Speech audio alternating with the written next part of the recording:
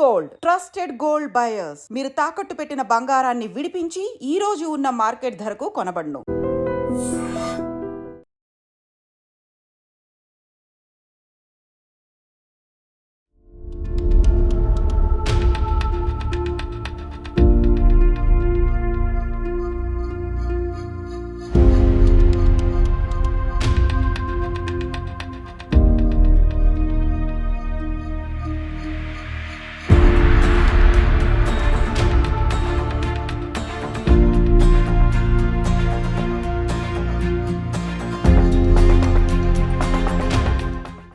అమ్మాయిల మీద అఘాయిత్యాలు ఇది ఎంత కామన్ గా అయిపోయిందంటే రోజు ఎక్కడో ఒక చోట అనడానికి లేదు. నిజం చెప్పాలంటే కూడా అసలు మల్టిపుల్ ప్లేసెస్ లో ఇట్లాంటి సంఘటనలు జరుగుతున్నాయి. షీ టీమ్స్ వచ్చాయి, పోలీస్ వ్యవస్థ చాలా బాగుంది, అయినా సరే అక్కడక్కడ ఇట్లాంటి సంఘటనలు అయితే జరుగుతున్నాయి. అఫ్ కోర్స్ అందులో అమ్మాయిల తప్పు కూడా డెఫినెట్లీ చాలా దగ్గరలో ఉంటోంది. ఇది ఎవరైనా సరే ఒప్పుకోవాల్సినటువంటి పరిస్థితి. ఎందుకంటే నేను ఇప్పుడు చెప్పబోయే ఇన్సిడెంట్ కూడా అలాంటిదే అనుకోవచ్చు.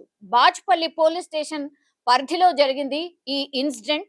ఎందుకంటే ఓ అమ్మాయి బయోమెడికల్ స్టూడెంట్, ఆమె చెన్నైలో చదువుకుంది.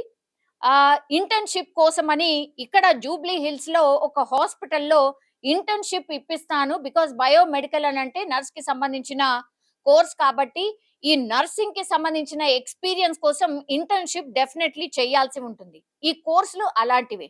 అందులో భాగంగా ఇప్పుడు చెన్నైలో ఉన్నటువంటి సాక్షి ఠాకూర్, ఆమె పేరు వచ్చేసి చెన్నై వాసి, అక్కడే ఆమె కాలేజ్ లో కూడా చదువుకున్నటువంటి పరిస్థితి. సో ఆమెకి ఇంటర్న్షిప్ ఇప్పిస్తానని చెప్పి అదే కాలేజ్ లో ఇప్పుడు ఈమె ఎక్కడైతే చదివిందో చెన్నైలో, అక్కడే అదే క్యాంపస్ లో బీటెక్ చదువుతున్నటువంటి విద్యార్థితో పరిచయం ఏర్పడింది. సో ఇద్దరు స్నేహితులు. సో అక్కడి వరకు బానే ఉంది. కానీ హైదరాబాద్ లో నీకు ఆపర్చునిటీస్ చాలా బాగుంటాయి, ఇంటర్న్షిప్ ఇక్కడ చేస్తే నీకు ఫ్యూచర్ బాగుంటుంది అని ఆయన ఈ సాక్షి ఠాకూర్ ని హైదరాబాద్ కి రప్పించడం అయితే జరిగింది. హైదరాబాద్ కి రప్పించిన తర్వాత ఆమెని ఒక విమెన్ లేడీస్ కి సంబంధించిన ఈ హాస్టల్స్ ఉంటాయి కదా, అక్కడే పెట్టారు. కానీ ఇక్కడే ఒక ట్విస్ట్ ఏంటంటే, పూర్తిగా స్నేహితుడు ఆయన హెల్ప్ చేస్తున్నాడు, ఇది పూర్తిగా నమ్మింది సాక్షి ఠాకూర్. కానీ వీళ్ళ వెనకాల ఉన్నటువంటి ఈ క్రిమినల్ మైండ్ ఏదైతే ఉందో అది మాత్రం పూర్తిగా ఈ సాక్షి ఠాకూర్ పాలిట శాపంగా మారిపోయింది అనుకోవచ్చు. ఎందుకంటే కేపీహెచ్పికి సంబంధించిన ఈ వ్యక్తి ఎవరైతే ఉన్నారో ఆ అమ్మాయిని హాస్టల్ దగ్గర దిగబెట్టిన తర్వాత, ఈ రోజు మా ఫ్రెండ్ వాళ్ళ ఇంట్లో ఒక పార్టీ ఉంది, నువ్వు నిజాంపేట్కి సంబంధించిన స్నేహితుడు దగ్గరలో దట్టు ఆ కాలనీలో హరి అనే ఒక అబ్బాయి కూడా ఉంటాడు. అది ఎక్కడ అనంటే ఇది నిజాంపేట రాజీవ్ గృహకల్పలో ఉన్నటువంటి ఒక రూమ్ లో హరి అనే అతను కూడా ఉంటాడు. సో వీళ్ళందరూ కూడా ఒక చిన్న పార్టీ ఉంది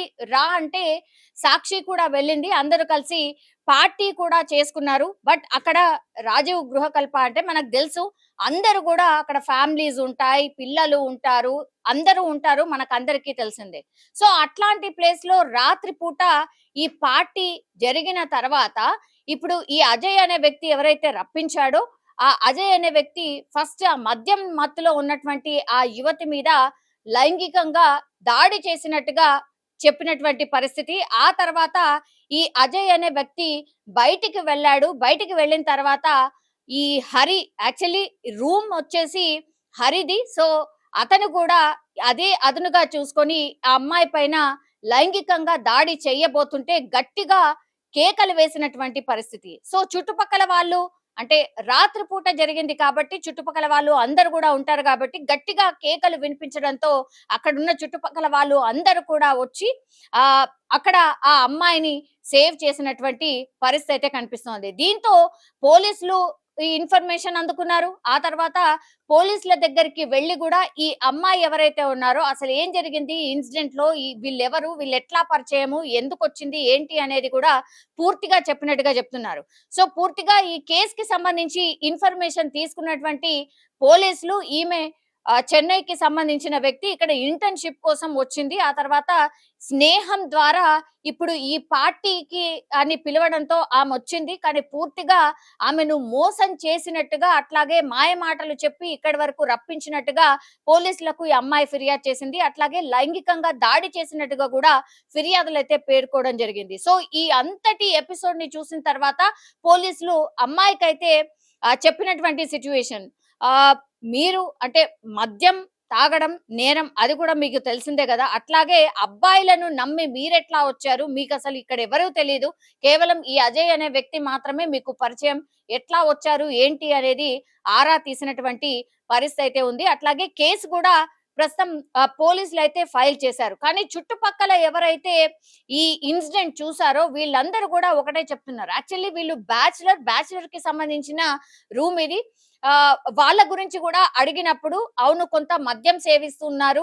ఆహ్, అప్పుడప్పుడు అల్లర్లు చేస్తున్నట్టుగా కూడా మాకు అర్థమైంది. సో ఈ నెల తర్వాత వాళ్ళని వేకెంట్ చేపిద్దాము అని అనుకున్నాము. ఇంత లోపలే ఈ సంఘటన జరిగింది. మేము కూడా అనుకోలేదు. కానీ గతంలో ఇట్లా ఎప్పుడైతే జరగలేదు. ఇది ఫస్ట్ టైమ్.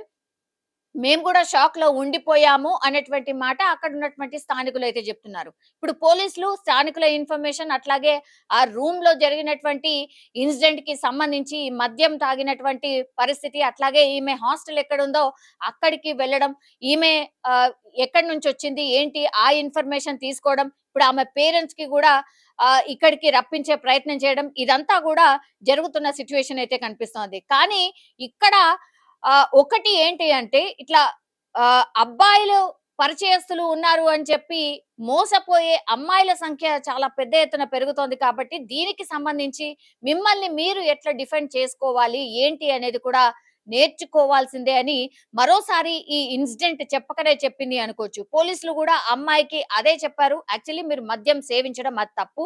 నమ్మి ఇక్కడి వరకు రావడం ఇంకో తప్పు. కానీ మిమ్మల్ని మీరు సేవ్ చేసుకోవడం కూడా నేర్చుకోవాల్సిందే అంటూ కూడా ఆ అమ్మాయికి చెప్పినట్టుగా కూడా చెప్తున్నారు. సో ఈ కేసు అయితే పూర్తిగా ఒక సెన్సేషన్‌గా మారిపోయిన పరిస్థితి అయితే కనిపిస్తోంది. పోలీసులు ఈ కేసుని ఫైల్ చేసి విచారణ అయితే చేస్తున్నారు. అట్లాగే వీళ్ళిద్దరిని కూడా అదుపులోకి తీసుకున్నారు.